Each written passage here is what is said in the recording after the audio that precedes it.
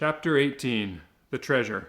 When Dantes returned next morning to the chamber of his companion in captivity, he found Faria seated and looking composed. In the ray of light which entered by the narrow window of the cell, he held open in his left hand, of which alone, it will be recollected, he retained the use, a morsel of paper, which from being constantly rolled into a small compass had the form of a cylinder and was not easily kept open. He did not speak, but showed the paper to Dantes. "What is that?" he inquired. "Look at it," said the abbé with a smile. "I have looked at it with all possible attention," said Dantes, "and I only see a half-burnt paper on which are traces of Gothic characters traced with peculiar kind of ink." "This paper, my friend," said Faria, "I may now avow to you, since I have proved you, this paper is my treasure, of which from this day forth 1/2 belongs to you." A cold damp started to Dantes's brow. Until this day, and what a space of time, he had avoided talking to the abbé of this treasure, the source whence accusation of madness against the poor abbé was derived. With his instinctive delicacy, Edmund had preferred avoiding any touch on this painful chord, and Faria had been equally silent. He had taken the silence of the old man for a return to reason, and now these few words uttered by Faria, after so painful a crisis, seemed to announce a serious relapse of mental alienation. "Your treasure?" stammered Dantes. Faria smiled. "Yes," said he, "you are indeed a noble heart, Edmund, and I see by your paleness and your shudder what is passing in your heart at this moment. No, be assured, I am not mad. This treasure exists, Dantes, and if I have not been allowed to possess it, you will." "Yes, you. No one would listen to me or believe me, because they thought me mad, but you, who must know that I am not, listen to me, and believe me afterwards if you will." "Alas," murmured Edmund to himself, "this is a terrible relapse. There was only this blow wanting." Then he said aloud, "My dear friend, your attack has perhaps fatigued you. Had you not better repose a while? Tomorrow, if you will, I will hear your narrative, but today I wish to nurse you carefully. Besides," he said, "a treasure is not a thing we need hurry." "On the contrary, it must be hurried, Edmund," replied the old man. "Who knows if tomorrow or the next day after, the third attack may not come on, and then must not all be finished? Yes, indeed, I have often thought with a bitter joy that these riches, which would make the wealth of a dozen families, will be forever lost to those men who persecute me. This idea was one of vengeance to me, and I tasted it slowly in the night of my dungeon in the despair of my captivity. But now I have forgiven the world for the love of you. Now I see you young and full of hope and prospect. Now that I think of all that may result to you in the good fortune of such a disclosure, I shudder at any delay, and tremble lest I should not assure to one so worthy as yourself the possession of so vast an amount of hidden treasure." Edmund turned away his head with a sigh. "You persist in your incredulity, Edmund," continued Faria. "My words have not convinced you. I see you require proofs. Well then, read this paper, which I have never shown to anyone." "Tomorrow, my dear friend," said Edmund, desirous of not yielding to the old man's madness. "I thought it was understood that we should not talk of that until tomorrow." "Then we will not talk of it until tomorrow, but read this paper today." "I will not irritate him," thought Edmund, and taking the paper, of which half was wanting, having been burnt, no doubt, by some accident, he read, "This treasure, which may amount to 2 of Roman crowns and the most distant of the second opening, declared to belong to him heir, 25th of April, 14... "Well," said Faria, when the young man had finished reading it. "Why," replied Dantes, "I see nothing but broken lines and unconnected words, which are rendered illegible by fire." "Yes, to you, my friend, who read them for the first time, but not for me, who have grown pale over them by many nights' study, and have reconstructed every phrase, completed every thought." "And do you believe you have discovered the concealed sense?" "I am sure I have, and you shall judge for yourself, but first listen to the story of this paper." "Silence!" exclaimed Dantes. "Steps approach. I go. Adieu." And Dantes, happy to escape the history and explanation which could not fail to confirm to him his friend's malady, glided like a snake along the narrow passage, whilst Faria, restored by his alarm to a kind of activity, pushed with his foot the stone into its place, and covered it with a mat in order the more effectually to avoid discovery. It was the governor, who, hearing of Faria's accident from the jailer, had come in person to see him. Faria sat up to receive him, and continued to conceal from the governor the paralysis that had already half stricken him with death. His fear was lest the governor, touched with pity, might order him to be removed to a prison more wholesome, and thus separate him from his young companion. But fortunately this was not the case, and the governor left him convinced that the poor madman, for whom in his heart he felt a kind of affection, was only affected with a slight indisposition. During this time, Edmund, seated on his bed with his head in his hands, tried to collect his scattered thoughts. All was so rational, so grand, so logical with Faria since he had known him, that he could not understand how so much wisdom on all points could be allied to madness in any one. Was Faria deceived as to his treasure, or was all the world deceived as to Faria?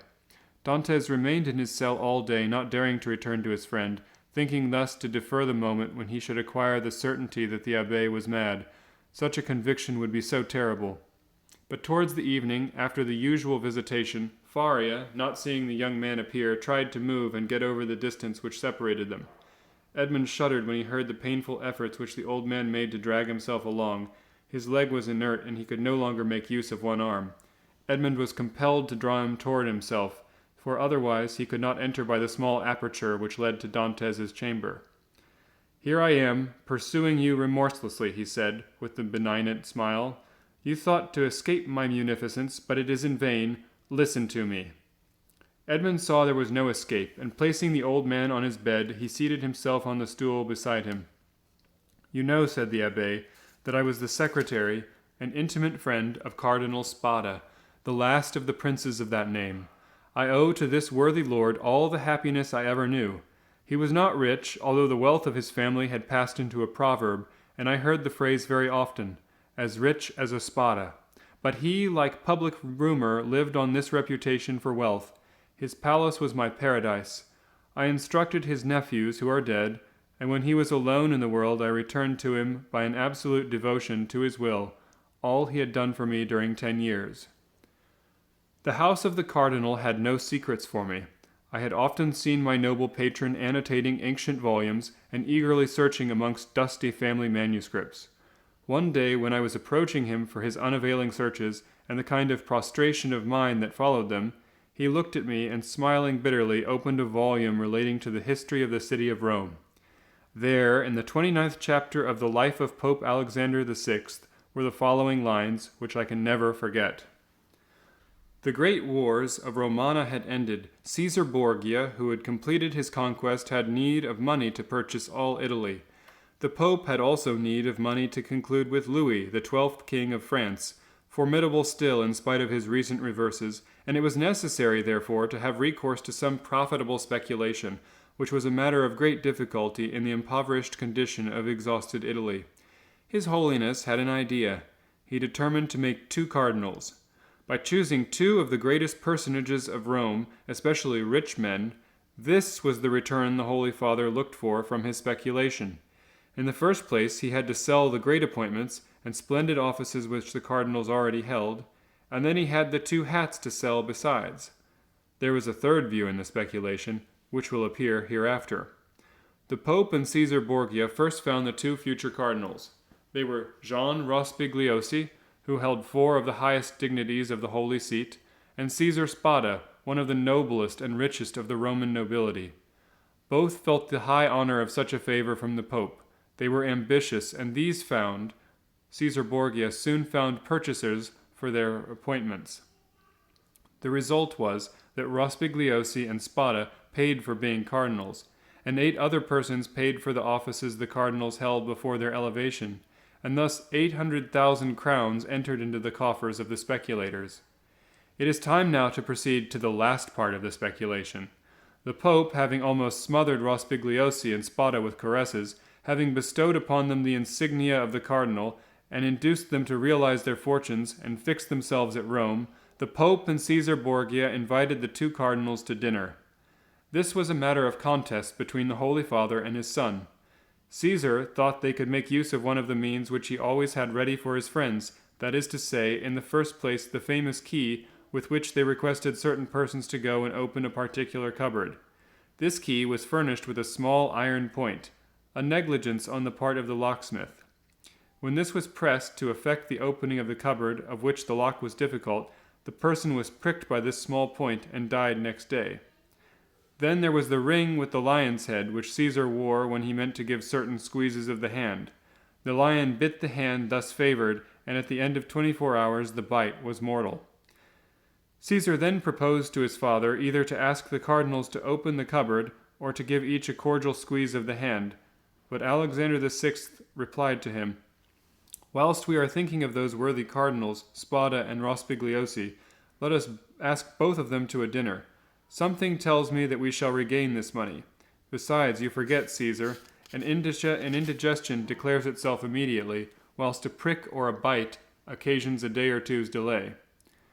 Caesar gave way before such cogent reasoning, and the cardinals were consequently invited to dinner. The table was laid in a vineyard belonging to the Pope near Saint-Pierre à Lyons, a charming retreat which the cardinals knew very well by report. Rospigliosi, quite giddy with his dignity, prepared his stomach and assumed his best looks. Spada, a prudent man and greatly attached to his only nephew, a young captain of highest promise, took paper and pen and made his will. He then sent to his nephew to await him in the vicinity of the vineyard, but it appeared the servant did not find him. Spada knew the nature of these invitations. Since Christianity, so eminently civilizing, had made progress in Rome, it was no longer a centurion who came from the tyrant with the message, "Caesar wills that you die," but it was a legate, a laitier, who came with a smile on his lips to say from the Pope, "His Holiness requests you will dine with him." Spada set out about 2 o'clock to Saint-Pierre-à-Lyons. The Pope awaited him. The first figure that struck the eyes of Spada was that of his nephew in full costume, and Caesar Borgia paying him most marked attentions. Spada turned pale as Caesar looked at him with an ironical air, which proved that he had anticipated all, and that the snare was well spread. They began dinner, and Spada was only able to inquire of his nephew if he had received his message. The nephew replied no, perfectly comprehending the meaning of the question. It was too late, for he had already drunk a glass of excellent wine placed for him expressly by the Pope's butler. Spada at the same moment saw another bottle approach him, which he was pressed to taste. An hour afterwards a physician declared that they were both poisoned through eating mushrooms. Spada died on the threshold of the vineyard. The nephew expired at his own door, making signs which his wife could not comprehend. Then Caesar and the Pope hastened to lay hands on the heritage, under pretense of seeking for the papers of the dead man. But the inheritance consisted in this only, a scrap of paper on which Spada had written, "I bequeath to my beloved nephew my coffers, my books, and amongst others my breviary with the gold corners, which I beg he will preserve in remembrance of his affectionate uncle." The heirs sought everywhere, admired the breviary, laid hands on the furniture, and were greatly astonished that Spada, the rich man, was really the most miserable of uncles. No treasures, unless they were those of science, comprised in the library and laboratories. This was all. Caesar and his father searched, examined, scrutinized, but found nothing, or at least very little, not exceeding a few thousand crowns in plate, and about the same in ready money. But the nephew had time to say to his wife before he expired, "Look well among my uncle's papers. There is a will." They sought even more thoroughly than the august heirs had done, but it was fruitless. There were 2 palaces in a vineyard behind the Palatine Hill, but in these days landed property had not much value, and the 2 palaces in the vineyard remained to the family as beneath the rapacity of the Pope and his son. Months and years rolled on. Alexander VI died poisoned, you know by what mistake. Caesar, poisoned at the same time, escaped with coloring his skin like a snake, and assumed a new cuticle on which the poison left spots like those we see on the skin of a tiger. Then, compelled to quit Rome, he went and killed himself in obscurity in a night skirmish, scarcely noticed in history. After the Pope's death and his son's exile, it was supposed that the Spada family would again make the splendid figure they had before the cardinal's time. But this was not the case. The Spadas remained in doubtful ease. A mystery hung over this dark affair, and the public rumor was that Caesar, a better politician than his father, had carried off from the Pope the fortune of the 2 cardinals. I say the 2 because Cardinal Rospigliosi, who had not taken any precaution, was completely despoiled. "Up to this time," said Faria, interrupting the thread of his narrative, "this seems to you very ridiculous, no doubt, huh?" "Oh, my friend," said Dantes, "on the contrary, it seems as if I were reading a most interesting narrative. Go on, I pray of you." "I will. The family began to feel accustomed to this obscurity. Years rolled on, and amongst the descendants some were soldiers, others diplomatists, some churchmen, some bankers. Some grew rich, and some were ruined. I come now to the last of the family, whose secretary I was, the Count of Spada. I had often heard him complain of the disproportion of his rank with his fortune, and I advised him to sink all he had in an annuity. He did so, and thus doubled his income. The celebrated breviary remained in the family, and was in the Count's possession. It had been handed down from father to son, for the singular clause of the only will that had been found had rendered it a real relic, preserving in the family with superstitious veneration. It was an illuminated book with beautiful Gothic characters, and so weighty with gold that a servant always carried it before the cardinal on days of great solemnity. At the sight of papers of all sorts, titles, contracts, parchments, which were kept in the archives of the family, all descending from the poisoned cardinal, I, like 20 servitors, stewards, secretaries before me, in my turn examined the immense bundles of documents. But in spite of the most accurate researches I found, nothing. Yet I had even written a precise history of the Borgia family for the sole purpose of assuring myself whether any increase of fortune had occurred to them on the death of the Cardinal Caesar Spada, but could only trace the acquisition of the property of the Cardinal Rospigliosi, his companion in misfortune. I was then almost assured that the inheritance had neither profited the Borgias nor the families, but had remained unpossessed like the treasures of the Arabian Nights, which slept in the bosom of the earth under the eyes of a genie. I searched, ransacked, counted, calculated 1,000 and 1,000 times the income and expenditure of the family for 300 years. It was useless. I remained in my ignorance, and the Count de Spada in his poverty. My patron died. He had reserved from his annuity his family papers, his library composed of 5,000 volumes, and his famous breviary. All these he bequeathed to me, with 1,000 Roman crowns, which he had in ready money, on condition that I would have anniversary masses said for the repose of his soul, and that I would draw up a genealogical tree and history of his house. All this I did scrupulously. Be easy, my dear Edmund, we are near the conclusion. In 1807, a month before I was arrested, and 15 days after the Count de Spada, on the 25th of December, you will see presently how the date became fixed in my memory, I was reading, for the 1,000th time, the papers I was arranging, for the palace was sold to a stranger, and I was going to leave Rome and settle at Florence, intending to take with me 12,000 francs I possessed, my library, and the famous breviary, when, tired with my constant labor at the same thing, and overcome by a heavy dinner I had eaten, my head dropped on my hands, and I fell asleep about 3 o'clock in the afternoon. I awoke as the clock was striking 6. I raised my head. All was in darkness. I rang for a light, but as no one came, I determined to find one for myself. It was indeed the habit of a philosopher, which I should soon be under the necessity of adopting. I took a wax candle in one hand, and with the other groped about for a piece of paper, my matchbox being empty, with which I hoped to produce a light from the small flame still playing on the embers. Fearing, however, to make use of any valuable piece of paper, I hesitated for a moment, then recollected that I had seen in the famous breviary, which was on the table beside me, an old paper, quite yellow with age, and which had served as a marker for centuries, kept there by the request of the heirs. I felt for it, found it, twisted it up together, and putting it into the expiring flame, set light to it. But beneath my fingers, as if by magic, in proportion as the fire ascended, I saw yellowish characters appear on the paper. I grasped it in my hand, put out the flame as quickly as I could, lighted my taper in the fire itself, and opened the crumpled paper with inexpressible emotion, recognizing, when I had done so, that these characters had been traced in mysterious and sympathetic ink, only appearing when exposed to the fire. Nearly 1/3 of the paper had been consumed by the flame. It was that paper you read this morning. Read it again, Dantes, and then I will complete for you the incomplete words and unconnected sense. Faria, with an air of triumph, offered the paper to Dantes, who this time read the following words traced with ink of a color which most nearly resembled rust. This 25th day of April, 1498, be Alexandre the 6th, and fearing that not he may desire to become my heir, and Bentivoglio, who were poison, my sole heir that I have and has visited with me, that is in island of Monte Cristo, all jewels, diamonds, gems, that I alone, may amount to nearly 2 will find on raising the 20th creek to the east in a right line, 2 open in these caves. The treasure is in the furthest, which treasure I bequeath and leave as my sole heir, 25th of April, 1498. Sees. And now, said the abbé, read this other paper. And he presented to Dantes a second leaf with fragments of lines written on it, which Edmund read as follows.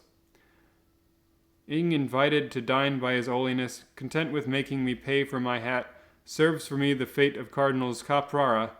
I declare to my nephew, Guido Spada, in a place he knows, the caves of the small, of ingots, gold, and money, know of the existence of this treasure, which of Roman crowns, in which he, from the small, have been made in the second tire to him, Spada. Faria followed him with an excited look. And now, he said, when he saw Dantes had read the last line, put the 2 fragments together and judge for yourself. Dantes obeyed, and the conjoined pieces gave the following.